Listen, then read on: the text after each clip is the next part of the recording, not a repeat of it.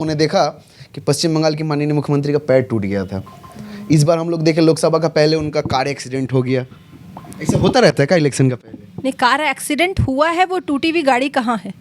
क्योंकि उनको तो बहुत एनर्जेटिक मैंने खेलते हुए देखा दूसरे ही दिन, तो वो टूटी हुई गाड़ी भी मैंने नहीं देखी। और ट्रैफिक डिपार्टमेंट से जो 200 स्पीड पे स्कॉर्पियो उनकी गाड़ी को चूर करके गई, तो सबसे पहली बात कि मुझे भी ड्राइविंग बहुत अच्छी आती है। स्कॉर्पियो गाड़ी 200 स्पीड पे चलती ही नहीं है, इवन हाईवे पे भी नहीं चलती है। 110 120 स्कॉर्पियो के लिए ये स्पीड इनफ होता है, नहीं तो स्कॉर्पियो पलट जाने का डर होता है। हाईवे की बात मैं कर रही हूँ। दूसरी बात मैं बताना चाहूँगी कि जिस गली को दिखाया गया है उस गली में 200 स्पीड पे किसी भी गाड़ी का चलना असंभव है, एकदम असंभव है। तीसरी बात कि पुलिस मंत्री भी हमारी श्रीमती ममता बनर्जी हैं, तो पुलिस मंत्री होते हुए जब वो अपनी जान नहीं बचा पा रही हैं, तो यहाँ के लोगों की, वोटर्स की जान वो क्या बचा पाएंगी? तो मुझे लगता है कि इमीडिएट उनको रिज़ाइन कर देना चाहिए, एटलीस्ट पुलिस मंत्री से तो रिज़ाइन कर देना। बोल रही है कि हैंड ब्रेक उठाए तो जान बच गया, डैशबोर्ड में माथा टकरा गया। कॉमेडी वाला बात लगता है कि नहीं? 2021 के पहले पैर ठीक, 2024 लोकसभा का पहले एकदम माथा पे बैंडेज वैंडेज आ गया, तमाम लोग पोस्ट कर रहे हैं। देखिए, मैं उन मुसलमानों में से नहीं हूँ जो राष्ट्र के प्रधानमंत्री को गालियाँ दूँ। मैं उन मुसलमानों में से नहीं हूँ जो मेरे राज्य की मुख्यमंत्री के बातों पर मैं कॉमेडी ढूंढूँ। मैं उन मुसलमानों में से नहीं हूँ। मैं संविधान मानने वाली पढ़ी लिखी मुसलमान औरत हूँ, और मुझे ऐसा लगता है कि जनता समझ रही है कि वो क्या बोलना चाहती हैं और क्या करना चाहती हैं।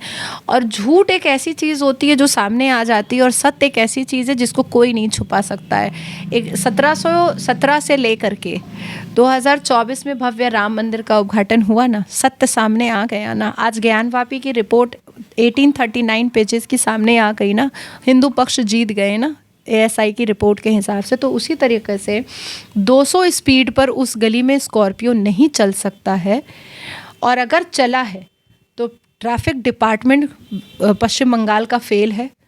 As a police minister Mamata Banerjee ji fail है, और उनको रिज़ाइन कर देना चाहिए। और अगर माथे पर इतना चोट लगा है तो उनको रेस्ट करने की ज़रूरत थी, खेलने की ज़रूरत नहीं थी।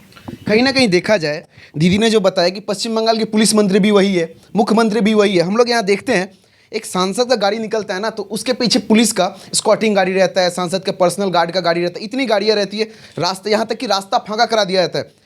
यहाँ तक कि अभिषेक बनर्जी का जब नवो जुआर वाला रैली निकला था, तब हम लोगों ने देखा पूरा रास्ता फांका हो जाता था।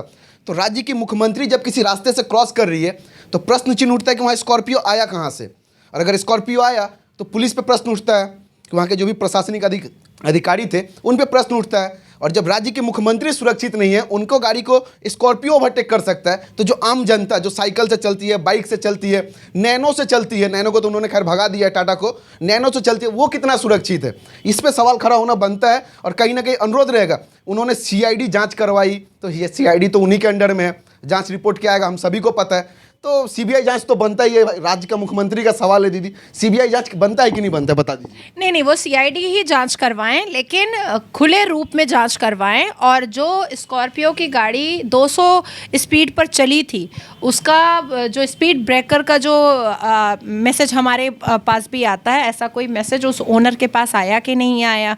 कैमरा अगर था, नहीं था तो क्यों नहीं था? सवाल बहुत सारे खड़े होते हैं। और अगर CID से वो संतुष्ट हैं तो वो CID से कराएं, लेकिन कानून अपना रास्ता और अपने सवाल खुद बना लेता है। और जवाब करने के लिए हम, जवाब पूछने के लिए और सवाल करने के लिए हम जैसे लोग हैं ही हैं। चिंता करने की क्या बात है? ये बात तो सही है। कहीं ना कहीं 60 के ऊपर गाड़ी जाता है तो एक तो मैसेज आ ही जाता है सरकार की तरफ से। जो ट्रैफिक अधिकारी बैठे रहते हैं कि इतना का चालान आपका चला गया है, तो जब 200 की स्पीड से वो स्कॉर्पियो गई तो मुख्यमंत्री का गाड़ी कितना स्पीड से जा रहा था, ये भी प्रश्न चिन्ह उठता है। इस पर भी सवाल होना चाहिए। तो कहीं ना कहीं हम लोग का इंतजार रहेगा कि वो जो रिपोर्ट कब आएगा, जिसमें ये मतलब लिखा हुआ रहेगा कि वो गाड़ी का मालिक कौन था, गाड़ी चला कौन रहा था, और मुख्यमंत्री का गाड़ी का स्पीड कितना था, और जो स्कॉर्पियो जो 200 के स्पीड में जा रहा था वो सच में स्कॉर्पियो था या कोई और गाड़ी था। जय हिंद।